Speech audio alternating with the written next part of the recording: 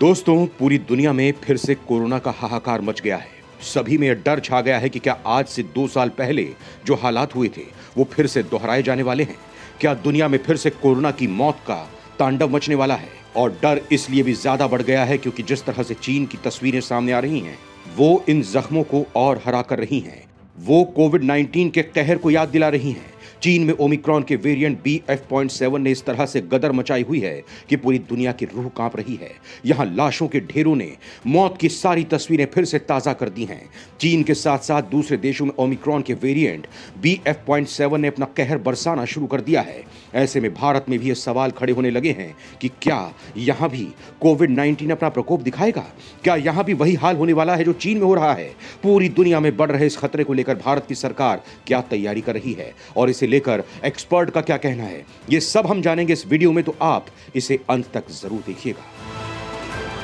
दोस्तों, चीन में कोरोना ने तबाही मचाई हुई है और इसे लेकर दुनिया के कई देश टेंशन में हैं, क्योंकि चीन में इतना गंभीर हो चुका है कि यहां सरकार और मेडिकल सेक्टर दोनों ने ही हाथ खड़े कर दिए हैं। यहां स्थिति इतनी बिगड़ चुकी है कि हजारों लोगों की मौत हर रोज हो रही है। हालात ये हो गए हैं कि यहां अंतिम संस्कार के लिए भी जगह नहीं बची है। वहीं चीन के साथ साथ दूसरे देशों में इसका असर देखने को मिल रहा है, लेकिन यहां स्थिति फिलहाल कंट्रोल में है। मौत का आंकड़ा भले ही ज्यादा ना हो, लेकिन ये ज्यादा नहीं बिगड़े, इसके लिए कोशिश की जा रही है कि इसे जल्दी से जल्दी कंट्रोल कर लिया जाए। वहीं भारत सरकार भी चीन की हालत देखकर सतर्क हो गई है। बताया जा रहा है कि कोविड-19 के नए वेरिएंट ओमिक्रॉन BF.7 ने भारत में भी दस्तक दे दी है। ये वेरिएंट बेहद खतरनाक माना जा रहा है और इससे संक्रमण की रफ्तार भी काफी तेज है। लेकिन कोरोना वायरस के इस नए वेरिएंट ने भारत को गंभीर रूप से प्रभावित नहीं किया है, जबकि भारत में इस वेरिएंट का पहला मामला महीनों पहले पता चला था। हालांकि केंद्र सरकार ने सभी राज्यों और केंद्र शासित प्रदेशों को सतर्क रहने और वेरिएंट को ट्रैक करने के लिए जीनोम सीक्वेंसिंग को तेज करने का निर्देश दिया है। लेकिन यहां चीन की जैसी गंभीर स्थिति होने के चांस कम है, और ऐसा क्यों, ये हम जानेंगे। लेकिन इससे पहले कोविड-19 के नए वेरिएंट के बारे में थोड़ा जान लेते हैं। दोस्तों, BF.7 ओमिक्रॉन वेरिएंट BA.7 की उपवंशावली है, जिसे national IMA Covid task force के सह अध्यक्ष डॉक्टर राजीव जयदेवन ओमिक्रॉन का परपोता कहते हैं। उन्होंने कहा है कि BF.7 ओमिक्रॉन का एक तरह से प्रपौत्र है, जिसमें मूल ओमिक्रॉन की तुलना में पहले से ज्यादा संक्रमण फैलाने की क्षमता है।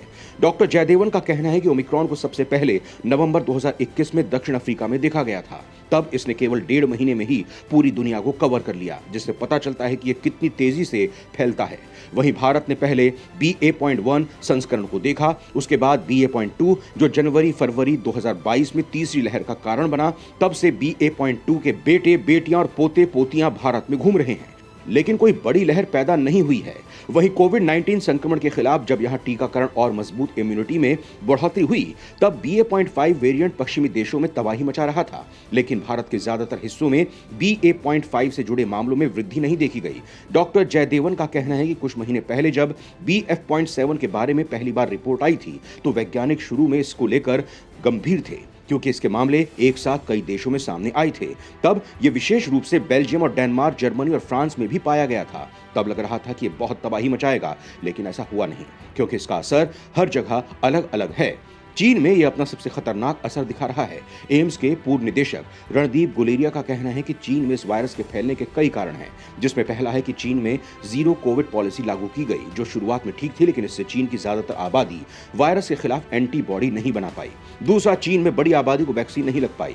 आंकड़े बताते हैं कि चीन में बुजुर्गों को भी वैक्सीन नहीं लग पाई है। तीसरा, चीन ने लोकल स्तर पर कोरोना की वैक्सीन बनाई, जिसे इंटरनेशनल प्लेटफॉर्म पर कोई मान्यता नहीं मिली। इसका यह परिणाम रहा कि चीन में आज कोरोना अपना कहर बरसा रहा है।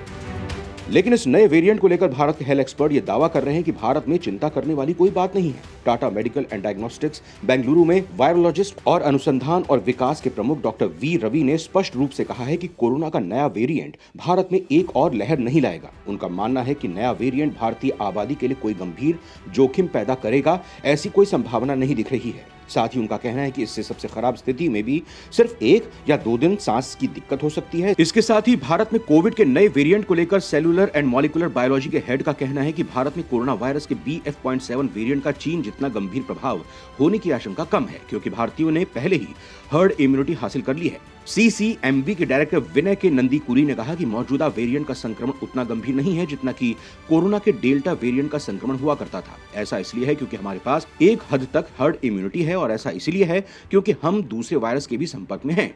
एक्सपर्ट्स का कहना है कि भारत में कोरोना की डेल्टा लहर देखी गई थी जो काफी गंभीर थी। इस बीच लोगों को वैक्सीन लगाई गई और फिर उसके बाद ओमिक्रॉन की लहर भी आई, लेकिन हमने प्रिकॉशन डोज लगाना जारी रखा, जिसके कारण भारतीय कई मायनों में अलग हैं। इसीलिए चीन में जो हो रहा है वो भारत में नहीं हो सकता है। नंदीकुरी का कहना है कि भारत में टीकाकरण की दर ज्यादा है। यहाँ बड़े पैमाने पर बुजुर्ग और अति संवेदनशील आबादी को एहतियातन खुराक भी दी गई है, जिससे यहाँ के लोगों में इम्यूनिटी की क्षमता में बढ़ोतरी हुई है। हालांकि इससे दावा नहीं किया जा सकता कि भारत में कोरोना की कोई लहर नहीं आ सकती, लेकिन फिलहाल ऐसे हालात नहीं हैं जिससे यह कहा जाए कि कोरोना संक्रमण की कोई नई लहर आ रही है। इस वेरिएंट को लेकर नई दिल्ली के सर गंगाराम हॉस्पिटल के प्रिवेंटिव हेल्थ डिपार्टमेंट के डायरेक्टर डॉक्टर सोनिया रावत का कहना है कि भारत में बड़े पैमाने पर वैक्सीनेशन हो चुका है, इसीलिए नए वेरिएंट के घातक होने की संभावना कम है। हालांकि वैक्सीन नए वेरिएंट पर कितना असर करेगी, इस पर कुछ भी कहना जल्दबाजी होगी। फिलहाल सभी को सतर्क रहने की जरूरत है। BF.7 भारत के लिए उतना खतरनाक और जानलेवा नहीं है, लेकिन फिर भी उसको हल्के में लेने की जरूरत नहीं है। इस वेरिएंट से बचने के लिए 3 लेयर मास्क पहनने की सलाह दी जा रही है। यूज एंड थ्रो मास्क एक दिन से दूसरे दिन ना पहने। किन लोगों को हो सकता है खतरा? दोस्तों, BF.7 ओमिक्रॉन का ही एक वेरिएंट है और जिन लोगों को कोरोना का टीका नहीं लगाया गया है उनमें यह नियमित SARS-CoV-2 की तरह ही असर करेगा।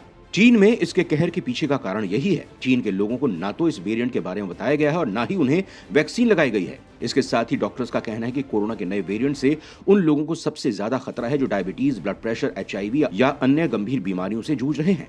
दमा, सांस या दूसरी रेस्पिरेटरी डिजीज वाले लोगों के लंग्स में पहुंचकर ये वायरल सीवियर कंडीशन पैदा कर सकता है। इसीलिए कमजोर इम्यूनिटी और बीमारियों से जूझ रहे लोगों को खास ख्याल रखना चाहिए। अगर किसी ने वैक्सीन की बूस्टर डोज नहीं लगवाई है तो जल्द से जल्द ये डोज लगवाकर खुद की सुरक्षा मजबूत करनी चाहिए। एक्सपर्ट्स का यह भी कहना है कि लोगों को नए वेरिएंट को लेकर अभी से सावधानी बरतनी होगी। इसके लिए लोगों को मास्क लगाना होगा, सोशल डिस्टेंसिंग का पालन करना होगा और भीड़-भाड़ वाली जगहों से दूर रहना होगा। पहले की तरह कोविड नियमों का सख्ती से पालन करके नई लहर को रोका जा सकता है। अगर इन चीजों में लापरवाही बरती गई तो संक्रमण फैलने का खतरा बढ़ जाएगा। इसके साथ ही एक्सपर्ट्स का कहना है कि ओमिक्रॉन के सब वेरिएंट BF.7 के लक्षण दूसरे सब वेरिएंट से काफी मिलते जुलते हैं, इसीलिए हमें थोड़ी सावधानी बरतनी जरूरी है। दोस्तों, भले ही हमारे देश में इस नए कोरोना वायरस वेरिएंट के फैलने की संभावना कम हो, लेकिन हमें थोड़ी सावधानी रखनी भी जरूरी है, क्योंकि कहीं ऐसा ना हो कि हमारी थोड़ी सी लापरवाही किसी बड़े विनाश का कारण बन जाए।